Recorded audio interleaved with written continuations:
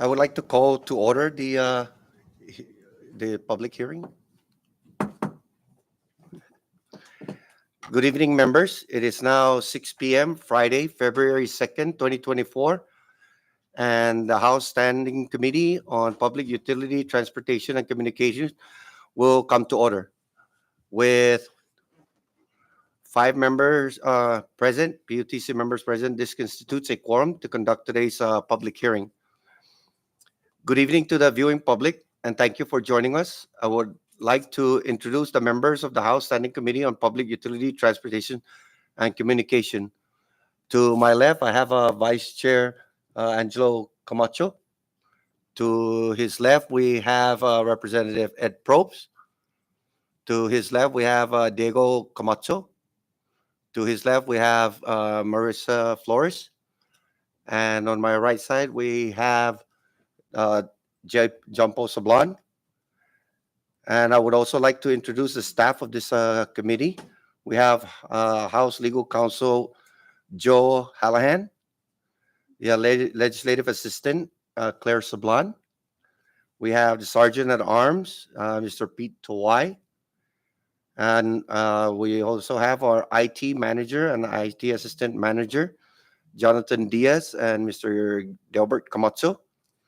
We also have joining us in the satellite campus in Tinian. We have Director Maria Ogden, and we have Miss Sue Atalik as a tech. At the Rhoda satellite NMC campus, we have Director Diana Benaventi and Mr. John Imada as a tech. Next on the agenda is the adoption of today's agenda. Can I get a motion to adopt today's agenda? I hear a second. There's a motion to adopt today's agenda, and that's been seconded. Any discussion? All in favor of the motion, say aye. Aye. All opposed, say nay. The ayes have it. The motion is hereby adopted. Moving along, we have public comments. The next order of business is public comments. I would like to open the floor for public comments, specifically on the item listed on our agenda, which is House Bill number 23-92, House Substitute 1, entitled to repeal the net energy metering in the cinema and for other purposes. Witnesses and anyone in the audience that would like to comment on the items listed on our agenda may do so. Please state your name and the entity that you are representing. You are hereby given 3 minutes for your comments, and if you have a written statement, please provide it to our Sergeant at Arms so that we can make your statements part of the committee's record. I would like to open the floor for with our invited guests, CUC, the Commonwealth Public Utility Commission, Micronesian Renewable Energy, Office of Grants Management and State Clearinghouse. We have the Mayor of Saipan. I now open the floor to the general public.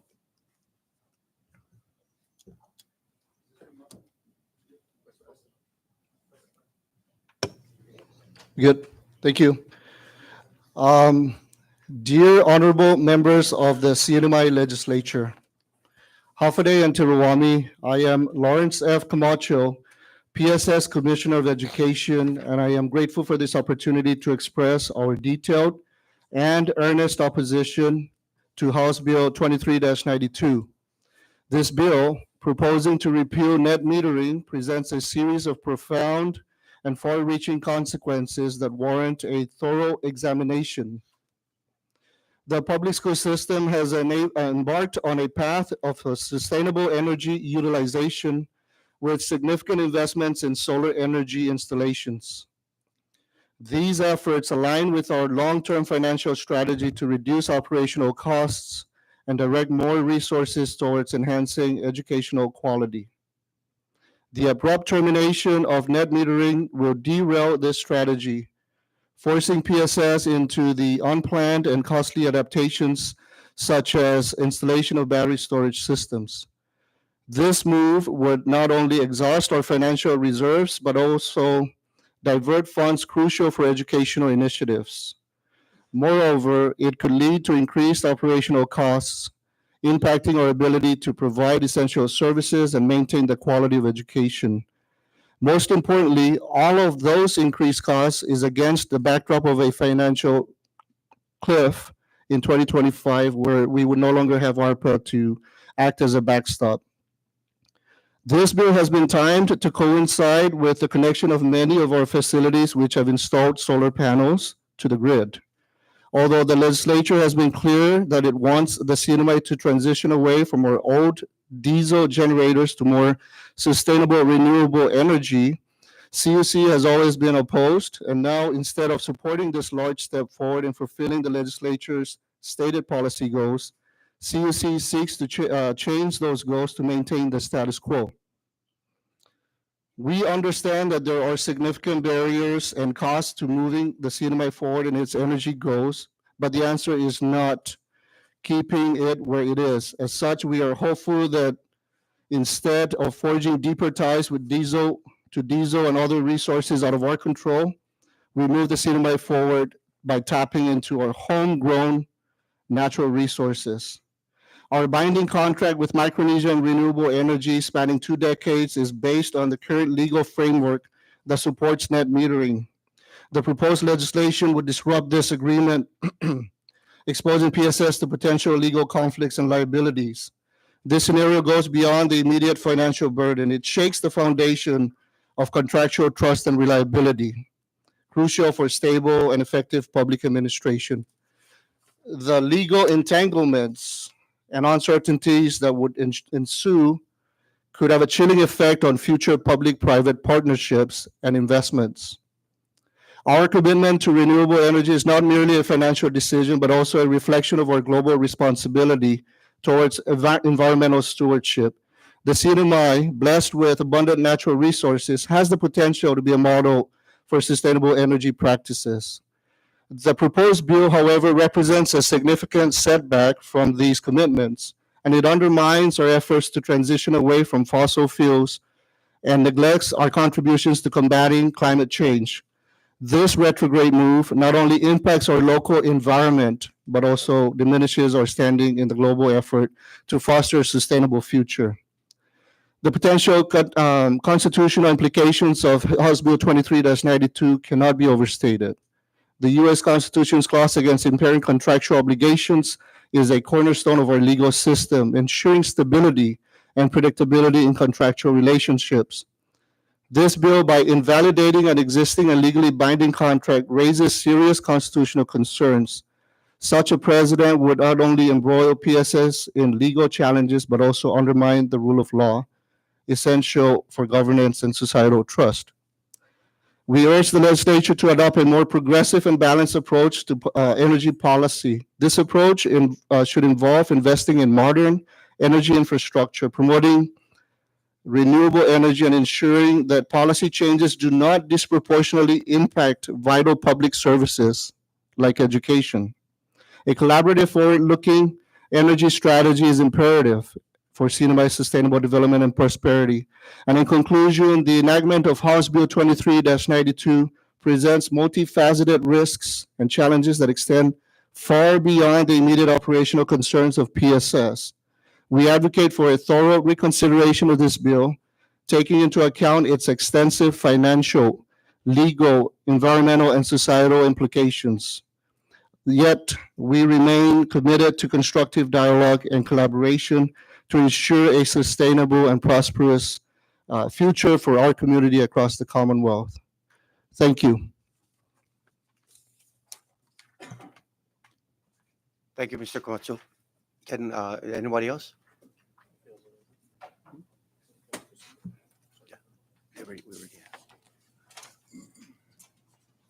Yeah, the floor is still open for public comments.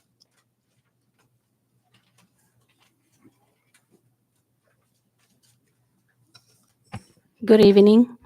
I'm sorry I'm not prepared with speech like Mr. Camacho here, but I'm just going to say my piece from my heart. I received an email from Micronesia because I deal with them mainly back and forth with Sonova, and I'm representing myself because I'm also a net reading customer. However, based on my reading that I'm looking through all this information on Public Law 23-92, my question is, how is it that the net metering customer is concerned of a great stability and management? Is there such data information that we can all learn to know to say why we are taking ourselves out of the net reading and we're going to deal with CUC? Enough as it is, I'm a net reading customer providing power to CUC, and I'm turning around paying Sonova, and I'm giving them free power. How can you explain that to me? And how can CUC explain that? I'm paying 70% of my power to CUC, 30% only, I'm getting a credit. So I'm still paying CUC, I'm still paying Sonova, and I'm locked in for 30 years. I would rather take myself out of CUC, disconnect my power, add more solar panel to my power, and deal with my solar panel and my battery backup. I'm sorry to say this, I want to support CUC. And looking at the bill, based on mentioning fluctuation, this has been happening for more than 20 years. My husband is a power plant manager, retired 12 years ago. We all know, we all suffer from a blackout, rolling blackout. When I have this solar panel, and I don't care about the net reading, but if you take me out and you, by law, I still have to pay CUC, I'm sorry, it's a no-no. You know, I'm sorry for those people that are not in the system. Well, certain people can be in it because, for one, they're able to pay, and for people that are not able to pay. So why can this law be reversed and say, do both ways? I'm looking again in the public law, financial, potential. Enough as it is in the past, we all learn. Supporting PSS, for example. You're cutting too much PSS budget because you're going to give CUC to pay the fuel. Come on, give us a break. Allow them to continue with their solar panel, be in the net reading, and give them the savings so that the legislature does not need to continue to strap funding from different agencies just because to provide CUC. You know, so I'm for one, and I'm sure for other people, are not in support of this public law. And whoever introduced this public law, my question to that person, do you have the same system and why are you killing it? So that's all I'm going to say. And I'm sorry, I'm not prepared. And I have more to say, but if this become a public law, I'm doing a comeback. Thank you. Thank you. Can you provide your name and for the record? Mr. Tenorio. Sorry, I don't look like him. Annie Santos, I'm from Santa Lourdes, Asteo. Thank you, Ms. Santos. Buenas noches, honorable Congreso and Congresa, representante en CUC, Dani Público. Na ano si Juan Igor Tenorio. Toto tanapagzo lo sumasagazo pago matwis. Malazabe tutuhun kita gwini. Matotuzo que CUC 7 años ane regular na mitad. Desde 1992 hasta 1990, pues malum zo gwini na guma Congreso. Gwina tempo ane regular na mitad o a papasi 150 mes para guaho dan tori famagono. Guaho dan yasa guaho. Diyan nasa wow famagon niya 8. Lo sumaunod famagon mami. Ati mo nyogo doon eh. No? Lo sumaunod. Lo. Pues matulay ka. Manahalo mi prepaid. Kumahulo. Kilosentos. Dahil yung malong prepaid. Statodi famagon mami dyan nasa wow. Manggagatsong. Magingwam gigima dami na dos. Lo kumaulo. Yapas mami. Muna na no, maulo misti night hawk. Inonya na manyo. Kulang birak puwengi. Night hawk. Il problema di nel congresso dan congressa. CUC kulang izulnia e di ofisinang publiko. Tizulnia. Skrabon natibo siya. Skrabon ni tauto. Servant. Kita moro skrabo ni publiko. Lo ay mapatitinasa muna desisyon niya. Kulang izul niya. Kulang statanyas na niya muna siya. Debili a reglamentong gobernamento de kada guaha tinilay ka. Debili guaha informasyon para publiko. Magang public hearing. So fansaw i publiko. O fansaw mamatinas desisyon. Ay, lami sistem nomin. Kulang scientist kwa. Mala po ako tatasangan polisti i-presenting a sistema. Go si Jesus maasi. Si Jesus maasi. Niste kumpanya ni manahalom para umatsagi. Para umfan maajuda i-publiko. Muribaha isweddo ni magagana ni pamapasi CUC. Problema ki CUC debido mahaksa sa kada dia ginilala. Itaw ni Mandrenyon Oyo ni Manisita mahaksa pues natural lowestina i solar idunzuos dano itolo anagwaha somnat jastige ipago na tempo makeke kusetsa isemnat para uma nai tauto neno na serbisyo elektrisidad.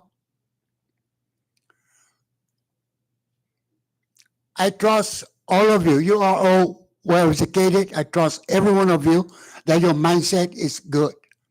But please be mindful of us, public. Please be mindful of us. I, for one, I don't have solar now. As a matter of fact, I was invited. I was going to go to Texas, but I couldn't. My wife is afraid to let me go to the States. Just kidding. I just want to break that monotonous, So at any rate, please be mindful that us as public, with all of this economic problem that we are now facing, we are trying our very best to find ways to minimize our costs in every angle of our daily lives, and for that matter, electricity. I almost write to the person who invited me to get involved in solar system. When I started reading this, so I'm going to leave it to the public. I'm going to leave it into your hands.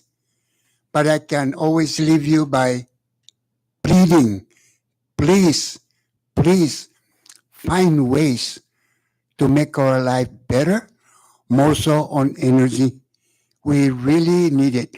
I am going to start using solar, but with all of this that I'm hearing from the general public, I'm kind of hesitant now.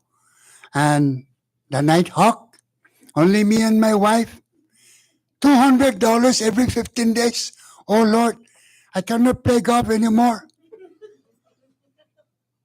I cannot go to Maniagaho because I cannot buy gas. I have to pay for my power. So please, good-hearted and respectable ladies and gentlemen in this House of Representatives, please help us. Me too, I have to beg for PSS. Please help us. Thank you. Thank you, sir.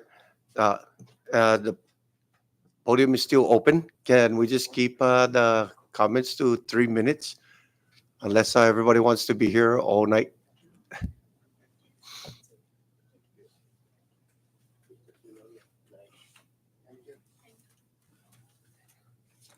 My name is Annie Pickelsheimer. I am a solar customer. Good evening, members of the committees.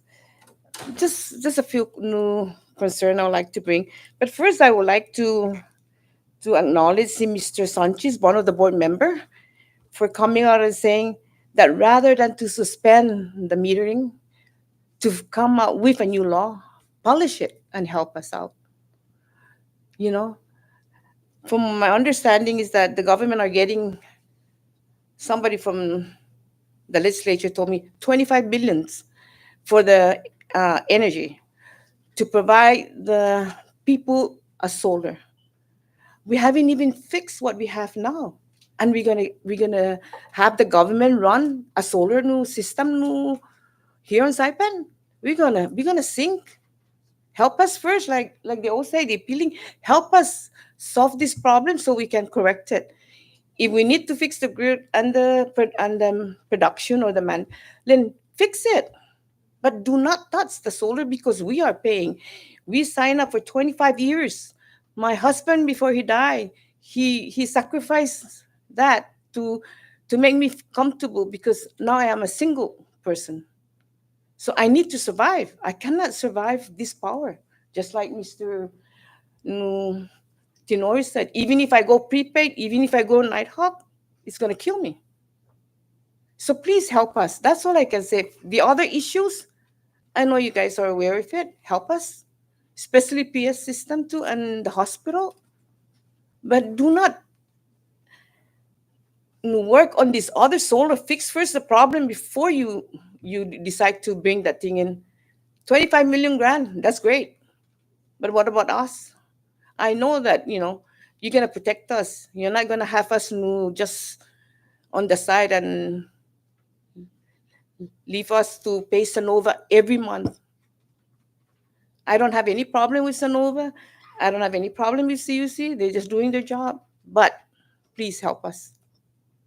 Do not take this solar metering away from us. Thank you. Thank you, ma'am. Floor is still open.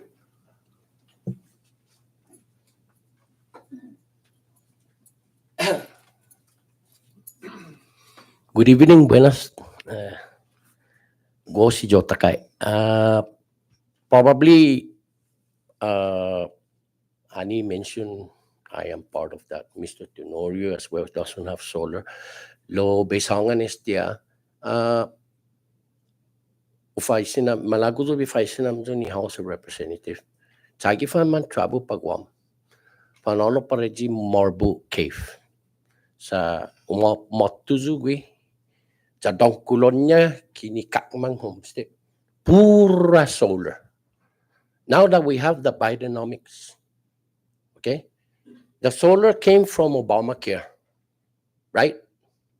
Energy, renewable energy.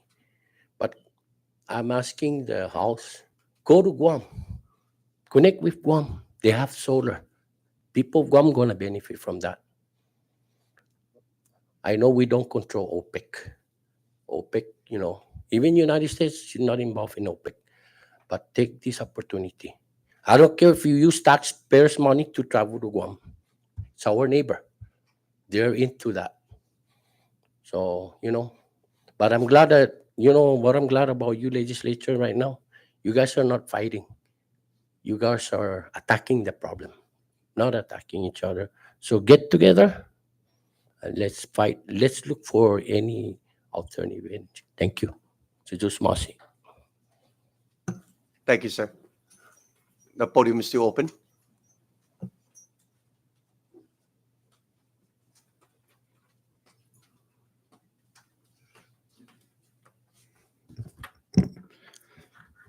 First of all, thank you very much for allowing me to speak here at this important public hearing.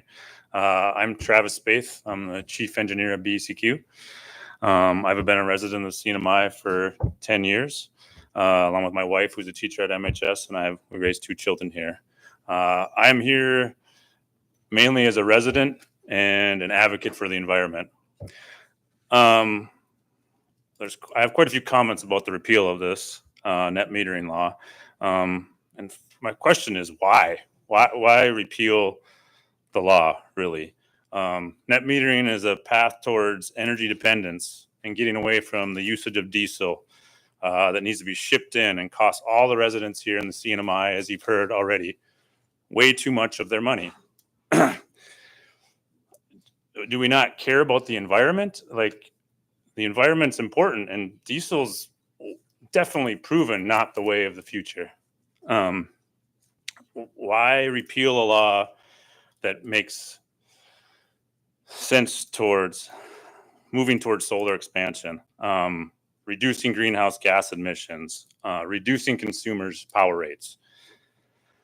I went back and I reviewed Public Law 1587 from 2007, the law that's it was quite thorough at the time. It basically encouraged the utility to produce renewable power at a large scale and allowed customer or private power producers to sell electricity produced back to CUC to reduce our reliance on diesel. It was meant to incentivize the production of renewable energy in the Commonwealth. It also clearly states the purpose is to integrate renewable energy into the power system to alleviate cost of diesel. Keep in mind here now, the fuel adjustment charge as of January 1st is about 25 cents a kilowatt right now. That's just the FAC or the old LEAC. I hear from CUC they weren't allowed to comment on that public law back then, and that's probably why they're pushing to repeal it. But even with the mandate, they've done little to nothing to move towards energy independence of diesel. That is 17 years ago. That is a long time to not make any moves towards solar expansion, renewable, wind, all things that we produce here locally. The bill at that time set a renewable portfolio of 10% renewable by 2008, 20% 2010, 40% 2012, and 80% by 2014. Where are we at 2024? I found out there's 11% or 5 megawatts being produced by offsite solar. How much of that is produced by CUC? 0. The law back then even touched on government agencies becoming more efficient by installing LEED certified appliances, etc., and having CUC start planning for charging stations for vehicles. Back then, that was kind of unheard of. To me, that was pretty progressive back then, and it was, important if you see what's happening across the country. So I guess I'm curious, what's problematic about this bill? Like, it's trying to be proactive and move towards the future. I guess I can only imagine it's the fact that CUC is supposed to pay 50% of the cost of the fuel component cost. So judging from that, it's about 12.5 cents a kilowatt, and they turn around and charge 25 cents to the consumer. That doesn't seem to be that negative on that end either. Now, I know a lot more goes into that factor. There's peak loads, there's power line losses, etc. But again, let's try to come up with a plan to make it effective for all rather than repealing it altogether. I also went back and reviewed the net metering interconnection policy that was created in 2014 by CUC. What basically it capped power producing at 10 kilowatts and 70% of their monthly usage.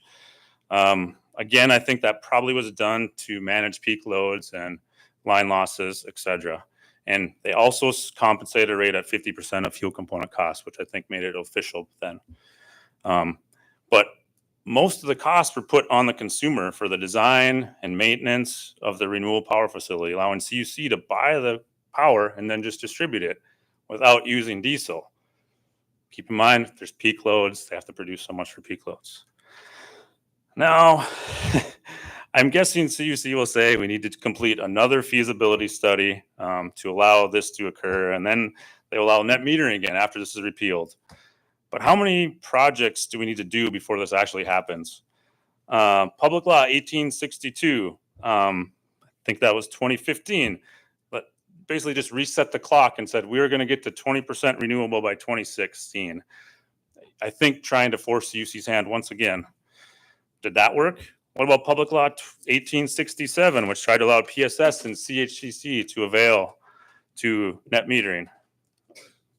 PSS is begging to allow to be hooked up to net metering today.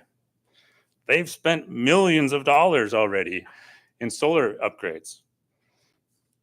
I also had the privilege to attend the Office of Ancillary Affairs Territorial Workshop in the spring of 2023. Sir, can we hurry, speed it up? I'll try. At this workshop, many others in this room were there.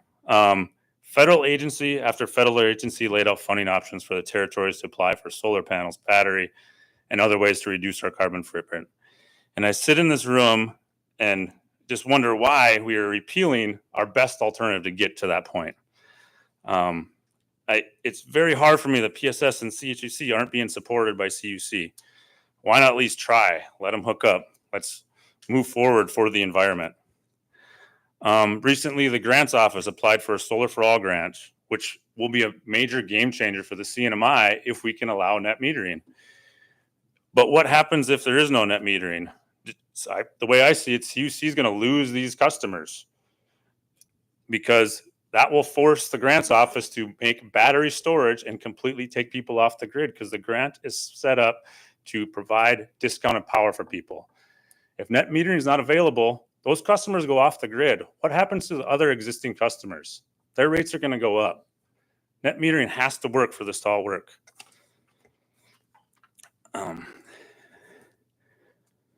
Okay, sorry. Sir, I'm sorry, but time's up already. Can you give me one more minute? Okay, one more minute. Sorry. So with all this said, I'm not here only to complain. I do think there is a path forward. And I agree, like, let's not repeal it, but let's fix the proposal. Why not keep net metering in place and bill back the consumer the base kilowatt utility rate that is currently published in CUC's schedule of 2.1 cents per kilowatt. That doesn't cost for fuel for renewable energy. And why should they be paid half of the fuel adjustment charge anyways? Then CUC pays a reduced rate and allows consumers to produce 100% or more power to offset costs. The consumer saves the current 20 cents of the fuel adjustment charge plus base rate and can actually make up 2.1 cents at the same time. And this should allow CUC to make an economical improvement for the CNMI. I guess if I'm out of time, I will stop there. But I really encourage you to make it as economical for all of us. Thank you, sir.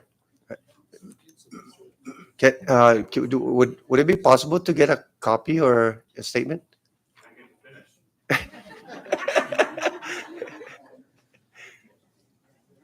Right.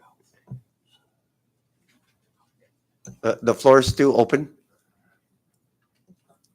Public comments?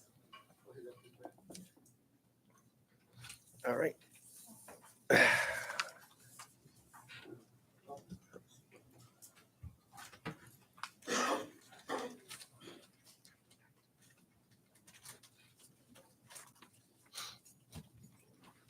Good evening, members of the committee.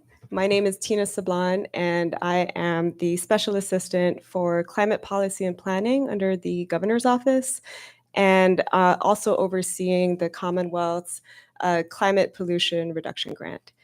And the primary purpose of this program is to facilitate the Commonwealth's transition to clean and affordable energy and reduce greenhouse gas emissions across all the different sectors of our economy.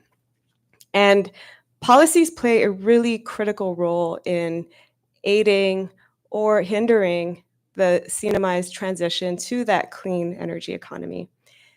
And as you know, lawmakers, you need good data to craft sound policies. And I am very concerned that the proposed legislation, as written and absent good data, will have the effect of hindering our transition to clean energy. At the same time, the current statute, as written, and as you, the authors and co-sponsors of this bill, probably understand very well by now, is also problematic. And as you may also be aware, CUC isn't even implementing the net metering law according to its intent. So where does that leave us? I think this is one of those rare opportunities where we can actually all come to the table and come up with a workable solution for everyone that is a stakeholder in our energy transition and in our public utility. An update and a refinement of the current net metering policy is long overdue. And the law needs to be amended so that it works for everyone, both our CUC, which is the sole public utility of the Commonwealth, and also for the customers. And I think it's also important to recognize that the current policy that's in the books is not the only option. There are many alternative structures that we can consider, and we can learn from the experiences of other communities, such as the US Virgin Islands, which also went through a similar process and ended up overhauling their net metering policy after having a series of open workshops and conversations with all of the different stakeholders, their utility, their regulators, the planners of their government, other members of the community who had a stake. And they came up with a new customized structure that worked for their community. And we can do the same. We need to do the same. And I'd like to offer the assistance of my office, working in conjunction with CUC, with the Office of Grants Management, and with our partners at the National Renewable Energy Laboratory and the US Department of Energy, and working with you, our legislators, to come up with that workable solution and rewrite not just this bill, but rewrite our net metering policy so that it can work for all of us. And I stand ready to assist whenever you're ready. Thank you and have a good evening. Thank you, ma'am.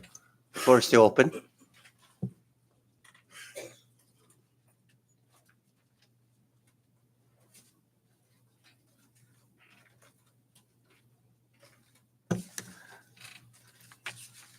So, no more comments in the public. We'll move to the. No, is there, do we have anybody in Tinian or Rhoda? No one? Okay, No, thank you. all right. Is there anybody else in the public, in the chamber who wants to make comments? If none, we'll move on to our next agenda is old business. Chair, point of order, we have the agencies that you call upon are here sitting on our, maybe perhaps we can give them an opportunity to make public comments. CUC, the grants office. Yeah, okay. So my apologies. We have Mr. Epic Cabrera from Office of Grants Management and Clearinghouse, and we have Acting Director Ms. Betty Terlahi, and the Assistant Executive Director. All right, Mr. Wilson, it is Watson. There you go. If you guys want to make any comments, I recognize Mr. Cabrera. Thank you. From my perspective, House Bill 23-92 HS1, as it stands in its current form, should be or needs to be revised or tabled for more clarity. There are good points mentioned in the bill, but it needs a little bit more work. More information and data are needed to derive better decisions. There are ways or opportunities that both CUC and net metering can coexist, but we need more time to crunch the numbers, and we need to meet with federal partners to develop these ideas into better actionable activities. Examples include possible maintenance costs or a ratio buyback of earned credit. For the most part, the Office of Grants Management is here because we are about to deploy the Solar for All program under the US EPA. It is expected that the CNMI might receive between $25 million to $80 million by March 24th of next month. This figure represents taking 17 megawatts of diesel power generation off the grid. This is about 51% of the daily power generated. There are other options of the grant that may lead into additional offsets of 5 or more megawatts. In addition, as mentioned in the public comments, there is also a part of the grant that we installed where we are trying to do a buyback of the Sonova loan, which means that people will get off that loan and you don't have to pay anymore. Because we found out by research that there's a greater case of defaults because other people might receive the solar for free while other people are paying, which is not a good thing, right? So better pay off that loan so everybody's equal. In essence, this will help residential clients in the CNMI offset their high electric bills by at least 70%, thus providing much needed disposable income into the hands of the public. This would mean having extra funds to buy more food, pay for medicine, school expenses, improve housing conditions, just for an example. This is an economic boost that people are looking for, and it should last at least 15 years. Thinking of it as removing a long time mortgage. Paying for CUC is like a mortgage to many people in the community. So if you continue net metering, it would help solar clients in the long run. Quite honestly, I really hate hearing a lot of stories from the community about choosing to pay CUC over eating. We need to step in and help the community. For more, just to add on, there are more energy funds that are expected to come into the CNMI, including workforce development for solar installation, energy code updates, energy audit training, and climate pollution reduction grants. Currently, there are about 435 clients that are on net metered, which represents 3.3% of the total CUC residential clientele. Grid penetration is at a minimum, and with recent upgrades funded by FEMA after the 2015 and 2018 typhoon funds, I think our grid is pretty strong to handle 3 to at least 10%, possibly. But I'm not an engineer. OGM is currently adding about 1.5 megawatts to 2 megawatts a year in solar using the Energizing Insular Communities grants. That's per year. We are working on all the coastal pavilions, the CHCC parking lot, phase 1, 2, 3, and up to 7, right? We are also adding solar on Rhoda, the aquaponics, the Tinian Pathways, the Children Park on Tinian, and we continue to add more projects, including more recently, we just got awarded for the governor's executive building, the multi-purpose, the Department of Corrections, the Aging Center on Rhoda, the Tinian Public Library, and more. So in essence, OGM does not support the passage of this bill. Instead, changes to CUC's net metering regulations should be made. Thank you. Thank you, Mr. Cabrera. We recognize Ms. Betty Terlai.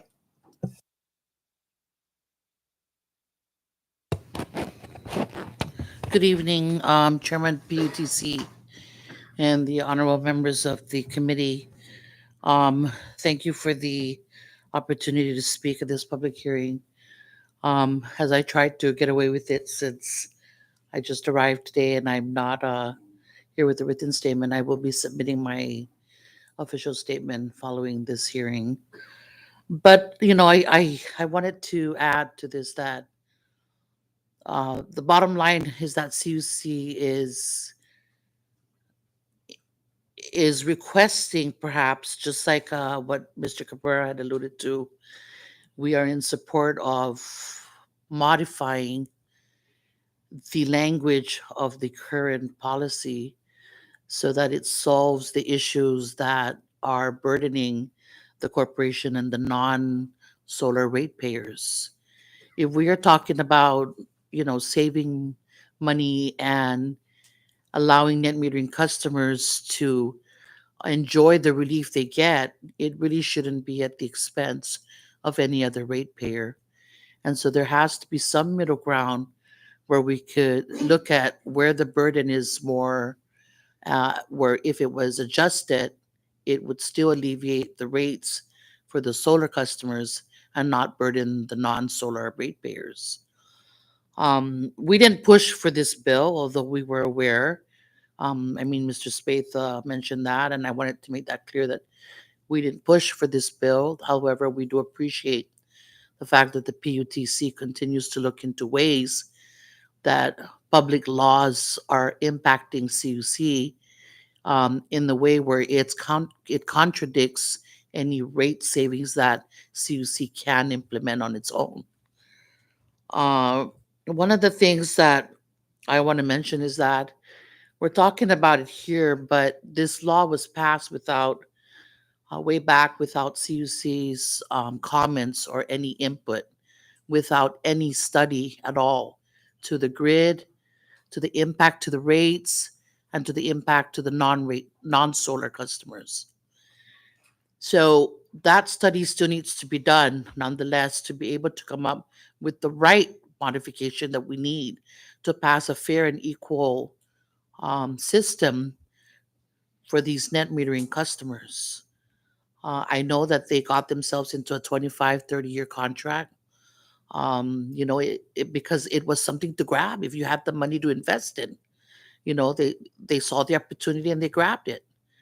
But if it is burdening the non-solar customers, then that might be a constitutional, unequal treatment to them as well, because especially since it benefits 435 customers over 16,000 customers, households. So why now? Well, why not 10 years ago, right? We I think we have to appreciate that we're discussing this now so that we stop the bleeding where we can stop it, because we're going to do a rate study now. It would be the best time to incorporate this as well. We also have to make sure that whatever we decide to go forward with the net metering, that we have a renewable energy technically safe system, because we just can't put all these renewable energies on our grid but don't have the system to support it.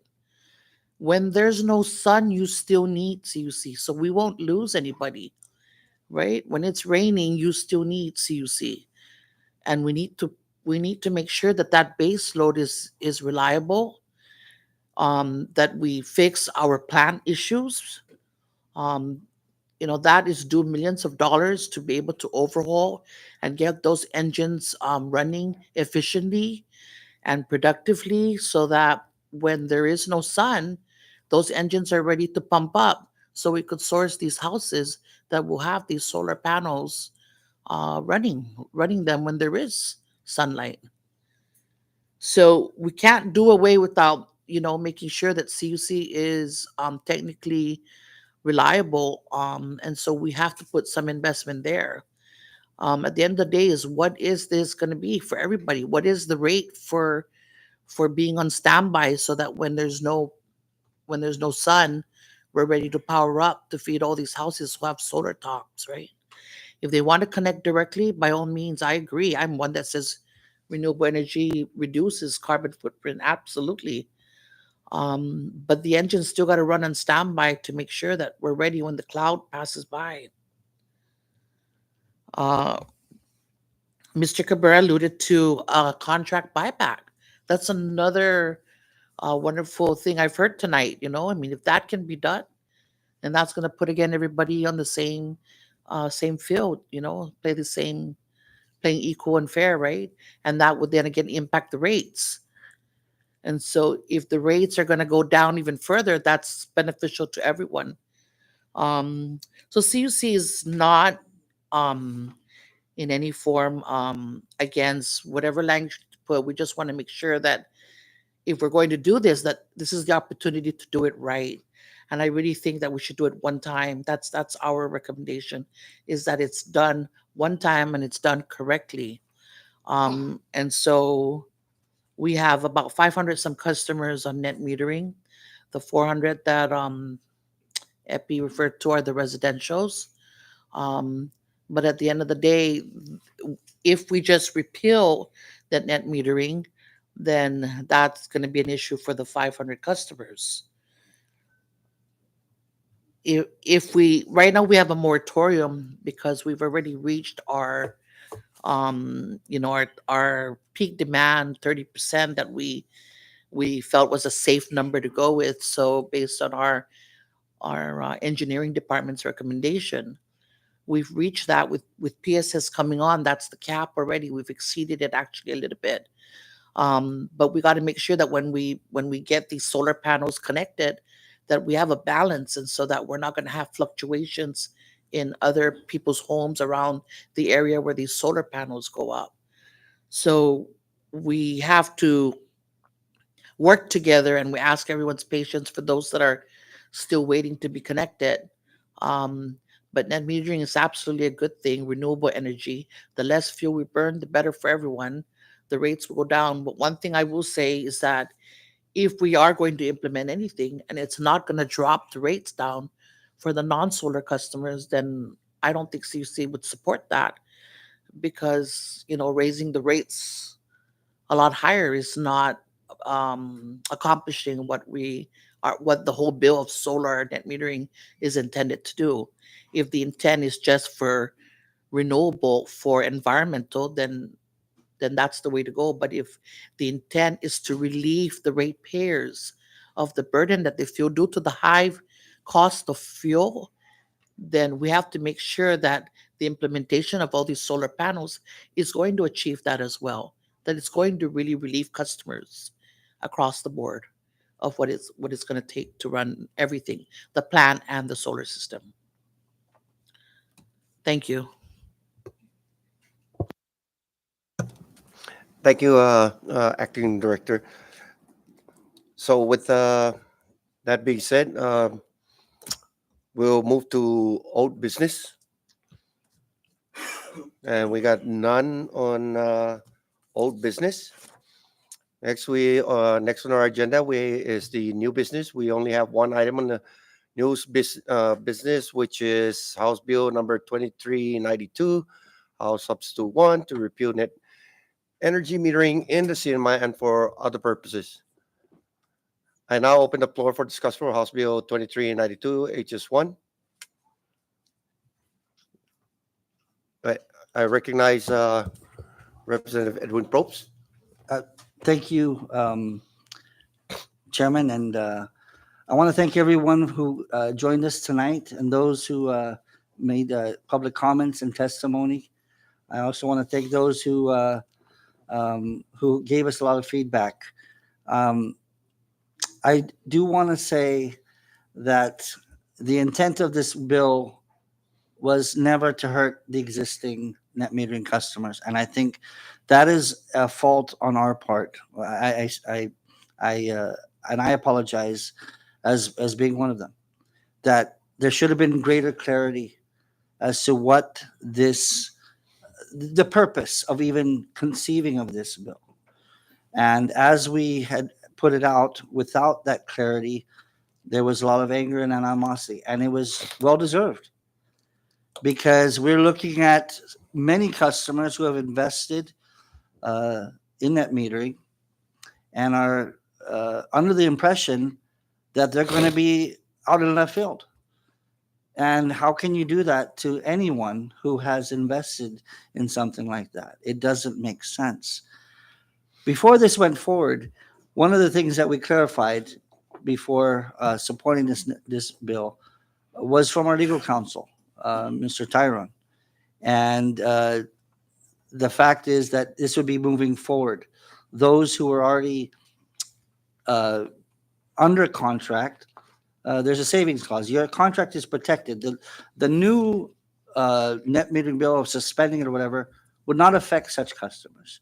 And those who have already been approved would be grandfathered in. They would be safe.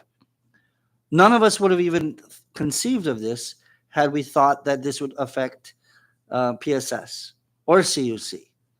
And these are things that were of concern that were brought up tonight.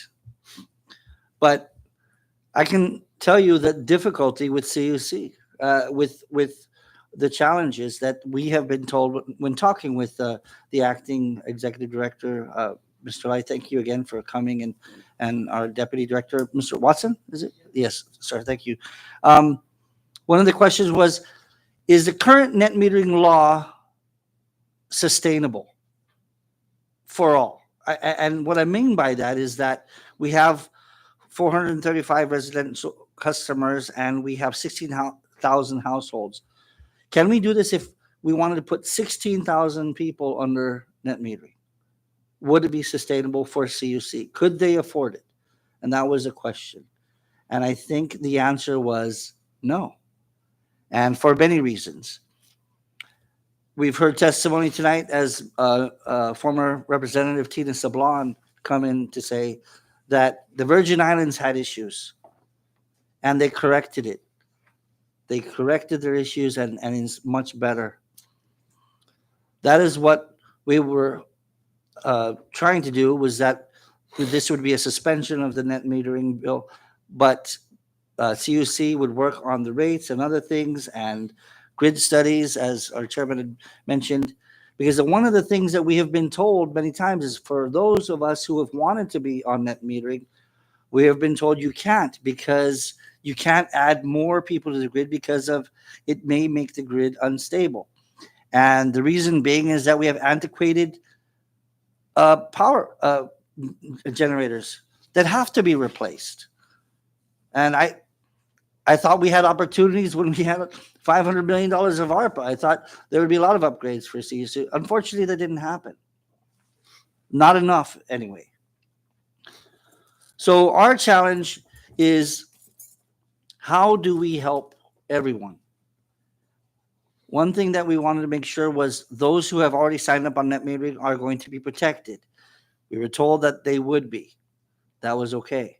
And if we did suspend this for a time being, that there would be new net metering laws put into place. And that's what we're still hoping for. But I can assure you that the biggest challenge for each and every one of us is something that has been hurting all of us. And I still don't understand the formula. And I'm hoping Deputy Director Watson, with your leadership, and Mr. Lai as our acting executive director, that we can have some clarity when it comes to the fuel adjustment charge. And I've said this because I've gone into CUC. I don't go there anymore. My wife goes for me, thank God, because of my blood pressure. And it's also because I don't understand the fuel adjustment charge. I've asked for the formula, the secret formula, and you would more likely get the secret formula of KFC chicken before we'll get the secret formula behind the fuel adjustment charge. How does it add up? What I do know is it hurts each and every one of us, myself, my family included. We get our bill, we look at our usage, oh, only $200. Oh, FAC, $600. How did it become $600? What's the breakdown? I can't get an answer. It hurts everybody. The good thing is that we have, grants management working in positive things that are going to happen. Mr. Epi Cabrera had just mentioned the contract buyback, which is amazing, that they're going to buy back your contract your investment, and you're going to be protected by that. That's pretty generous and pretty incredible. But I want to know, how does the average customer like us benefit from net metering? Because what we've been told is we can't join the grid right now, all right? Because it's reached its certain areas, you can't increase it. But at the same time, we have our net metering customers who were supposed to be paid and then have never been paid. I think one customer, a ratepayer who talked with me, said she's owed $13,000 and she's never been paid. Now it's being offset. She's been waiting for that payment, but she's never been paid. Even though that money that was being fed into the grid, she has never been paid that amount. Now, if we can't pay for those 435 residents, then how are we expected to pay if that grows exponentially and we allow net metering to continue with the status quo? Something has to give. And that is where we're at right now. So I offer my sincerest apology for us not providing the proper clarity when we were discussing this and not giving the right information through press releases or through discussions. But this is where it begins, with a public hearing. And I hope that there will be others so that we can, maybe take the words of Mr. Simon Sanchez and Chairman, fix this issue. As Rep. Tina Sablon had said, it can be done. If the Virgin Islands can do it, then we can do it too. I apologize for my lengthy speech there, and I'll get off my soapbox now. But I want to thank you again, everyone who came tonight, and I appreciate your time. Thank you. Thank you, Representative Probst. I recognize Representative Flores. Thank you, Chairman Aldon. And I just also would like to echo with Ed Probst and thank you to the general public for coming. Thank you, Ms. Betty, and also Epi and your team for being here. I also agree that we obviously should have conveyed the message a little bit more to the general public. However, as Rep. Probst said, we're here now, and what this body wants to do is help fix the problem. We don't want to bicker and argue about whose fault it was and why it's like this. We're here. We need to fix it. But just as the executive director said, if we're going to do it right, let's do it one time. We don't have time to fiddle around and play games anymore. It's 10 years in the making, maybe 30 years for some of us, right? But we are all here now together as friends, as classmates in high schools, as partners in public service, as neighbors, as brothers and sisters, to help each other fix this issue. And now that we're given the opportunity to offer our solution, then I think we're better off than we were 10 years ago, because at least now there is an open dialogue. The expectation is there between the legislature and the offices that are going to help lessen the burden for public utilities and the cost of that. So I guess two things. Mr. Epi, you mentioned that there's a lot of grants coming in. Thank you so much for your hard work, and we hope that all of those grants that you're applying for will be awarded. It would be a great boost to our economy, but also will be, there's an opportunity for people to find work.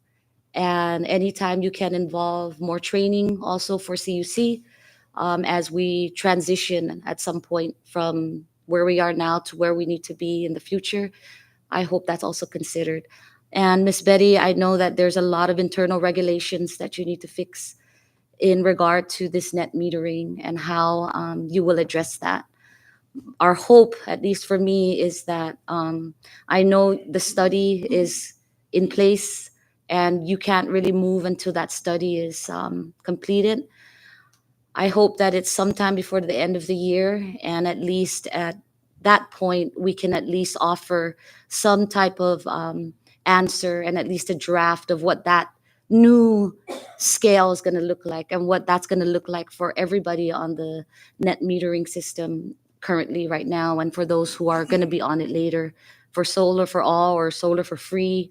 But thank you so much for coming, and thank you to the general public for being here. I yield my time. Thank you, Rep. Flores. I recognize Representative Castro. Thank you, Chairman. And also like to say thank you for having this public hearing. Recently, we just got back from Dallas, Texas. Thanks to the grants office for sending a few of us. I gotta admit, it wasn't 11 government officials; it was only 6. But I was really happy. Thank you again to Mr. Takai for giving that statement about traveling. Sometimes it's easy to demonstrate the possibilities rather than to speak of it. And that trip to Texas demonstrated what some of us already knew is possible.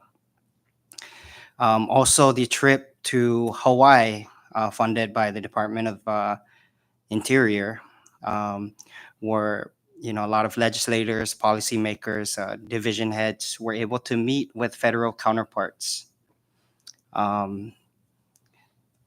Also, thanks to Grant's office thanks to the Blue Planet Alliance for sending a few representatives from different parts of the CNMI to see what is possible. So change, it's just human nature to fear things that we don't know. But I encourage Miss Betty, the next time there's an opportunity for personnel to visit these places, I encourage you to please make sure someone from CUC is there, because the trip to Texas, when you combine solar and hydrogen, it can mitigate some of the concerns that you just mentioned regarding the baseload. The technology is there. I am so happy the Commonwealth Health Center was there, because one of the biggest costs of energy is from the hospital. There's tons of money. Being in this position, we find out that there's money available to help mitigate a lot of the struggles. Even myself as a congressman, I get the disconnection notices, and I know CUC knows that. And I appreciate that CUC also makes it fair to everyone, so we all get disconnected. I mean, my counterpart also. I hope you don't mind, Prim, but even he gets the disconnection notices. It's all at the end of the day, it's a business, but we really need to evolve. Most of the deficit, the costs associated with collectibles to CUC is from the government. So I'm really happy that the grants office is applying for the grants to make sure that we reduce government costs, especially when it comes to energy. If we install solar air conditioning at all government facilities, that's most of the cost, because we operate from 8 to 5 for the most part. But thank you again to the public. When you see some of us traveling, it's not a vacation. It's for enlightenment. A lot of these events, and I know Guam was used as an example, but sometimes Guam is the closest place is not the best example. During the typhoon, we all experienced, it took a while for the linemen to get into the villages. But, that's because we have a centralized system. You have the power plant and you have all the lines, but there's other communities where they have microgrids. So for example, if you put a microgrid in precinct 1, then that's going to alleviate the response time might be a lot faster. So despite all the challenges we've been through, let's learn from those challenges and mitigate it, so quality of life is better in the future. But again, thank you to everyone that came here, especially CUC. We're not against the utilities. We We appreciate your time coming up here, but at the end of the day, whenever there's a challenge, there's also an opportunity.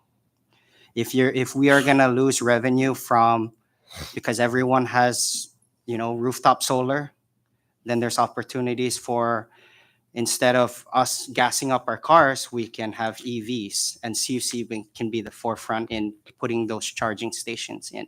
That's a different revenue stream that you can look into. The beauty of solar is for the most part, it's going to be a fixed cost with that initial investment. It's not variable. It's things that we can control within the CNMI. And with education, it's also opportunity. For example, CUC, there's a lot of really great linemen out there. There's a lot of great engineers. If we added a contract for solar maintenance through grants, and you have the lineman going out there and inspecting your solar panel for an extra $50 a month, not only can we increase our pay for the lineman, but we can also increase, the efficiency for the residences as well. So whenever we see a challenge, let's look for the opportunity to mitigate the costs, because that's what the public is, that's what we need. And thank you, Chairman, again, for having this public hearing. And also thank you for your leadership in our recent trip to Dallas, Texas. The trip in Texas was for containerized hydrogen. So this would, if we were able to invest in solar and hydrogen, there's two options. You can reduce your imports, and you can also look into increasing exports. Mr. Tenorio brought up, like solar is free. It's from God, right? There's also geothermal. There's other things that we can look into. Back in the Northern Islands, way back in the German administration, copra was a thing, but with the volcanic activities, geothermal is a thing up there. And that trip to Hawaii that we went to showed the possibility of containerized hydrogen. So if we can, it's a long stretch, but the possibility is there. Containerized hydrogen can easily replace battery storage. So thank you again. I yield my time, Chairman. Thank you, Rep. Castro. I recognize Representative Sablan. Thank you, Chairman Odon. I do also want to thank the public for coming and providing oral testimony. I also want to thank the stakeholders, CUC and the Grants Office, for coming and providing also their testimony. After hearing all the public and the stakeholders' testimonies this evening, there's only one mission, in my opinion, and that is we need to work together and make this happen. Since the inception of the net metering law, it's been over 10 years. It shouldn't take us this long to even talk about it or revisit the law. So there's a great need that we must all get together and work together and make it happen.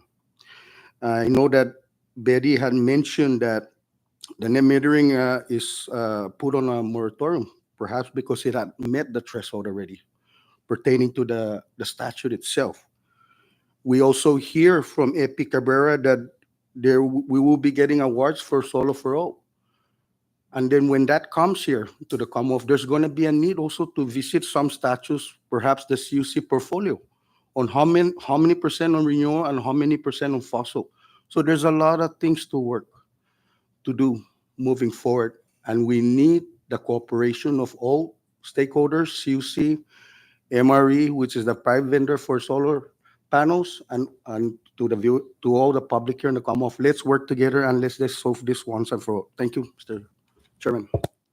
Thank you, Rep. Sablan. I recognize Vice Speaker Kamoto. Thank you, Mr. Chair. I too want to thank the general public for coming out and expressing their concerns. I know it takes a lot to stand behind that podium and speak your mind. I applaud you guys and thank you again. Very informative.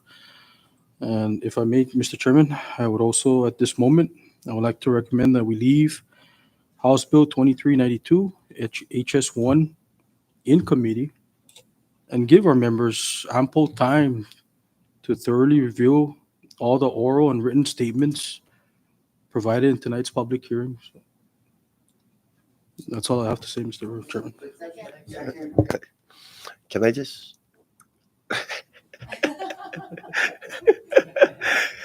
Can I just? All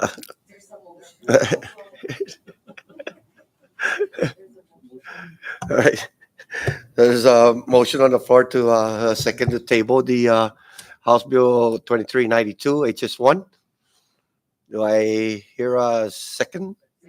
Hit. All right. So we hereby move the. Let's see this. There no objection. House Bill 2391 will remain in committee for further review. No No objection. objection. So moving on to the next order of business, we got miscellaneous. Members, we are now under miscellaneous. If none, move to. Did you want to make your comment? Yes. Can I just make a statement? I want to recognize myself. So, first and foremost, I just want to thank the viewing public and for the Office of Grant Management and CUC for being here and speaking up and putting in your comments. When I ran for this position, it was for one single purpose, and that is CUC. Because I understand the issues that it's going through. And I promised the public that I will not be derailed or mislead in any way, but to focus and put all my attention into CUC. After reading all the previous laws that has been passed with regards to renewable energy, a lot of it was haphazard. A lot of it was done without complete review or the public comment or anything like that. What was done was in the name of business. In the name of business, where net metering was used as the selling point. What was never done is a complete review and stability of the grid. Now, CUC has placed a limit on the grid based on a study that was done in 2010 and a report that was delivered in 2013.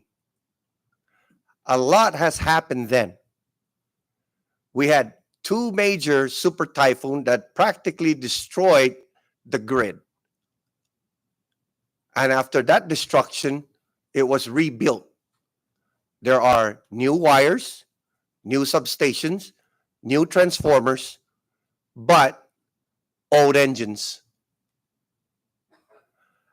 I believe that the grid can handle a lot more renewable energy than what was reported in that 2010 report. Okay? Now, just because the grid was rebuilt does not necessarily mean that it could handle a huge influx of renewable energy. And let me give you an example of how the grid works in layman's term. Your breaker box in your house is practically CUC. If you overload an outlet, it would trip that breaker in your house. If you do not fix that outlet, sooner or later, that breaker will burn out. That is exactly what's going to happen if a grid feasibility study is not conducted to ensure that we're not going to blow up the transformers that are on the poles, or that we're not going to blow up the substations. It is very important that a grid feasibility be done before the solar for all kicks in. But just because we need the study done does not mean we're going to drag our feet to get it done. We do not have a year. If anything, we don't have 6 months. This grant is going to come in and it needs to be used before we lose it. We're not trying to get everybody off of the net metering. If anything, we're trying to make it fair for everyone. Because believe it or not, this solar for all is technically not solar for all. It's solar for some. We can get solar now for some, and maybe next year, hopefully, grant management can do its magic and get more grants to provide more solar for those that are still left behind, and do so in all the coming years. The grants program provides billions, hundreds of billions of grant money every year. If we do not take the opportunity to apply for those grants, guess what? Somebody else will. So it's either we're going to take a piece of that pie or we're all going to starve. So yes, we do take a lot of trips, but we do those trips by doing our job to go out there, see what can we use to bring it back home and make it work. But in order for any of these renewable energy systems to work, we have to make sure that our grid can withstand it. We don't want to be tripping breakers and blowing up transmission lines or, transformers. We have to be very careful because we do not have a whole lot of time and we don't have a whole lot of people to be fixing everything because we didn't do our due diligence. We are going to table this bill and we will work with all the stakeholders for the best interests of everyone, not just the few. So with that being said, I would like to apologize that I kind of, bumped the tree with my car and all the ripe mango fell off the tree or rotten ones. But now that we see that something is wrong, now we have to work to get it right. The committee of PUTC is always willing and ready to work with CUC, the commissioners, the grant management, and the governor's office. So we will table this. We're not going to kill net metering, but the price has to be fair. We cannot have CUC pay $1 for $1. We cannot afford it. But can we implement net metering? Yes, we can. But we have to do it right. And we have to do it fair. So we're not going to kill it. And no, we cannot, retract or renege on an existing contract. So those that do have it, you won the lottery. So with that being said, I yield my time and I recognize the vice chair. Thank you, Mr. Chairman. Moving on to adjournment. Can I get a motion to adjourn? So moved. A motion to adjourn today's public hearing has been seconded, has been made. Discussion. Ready? All in favor, say aye. Aye. All opposed, say nay. The ayes have it. Meeting's adjourned. Thank you, guys.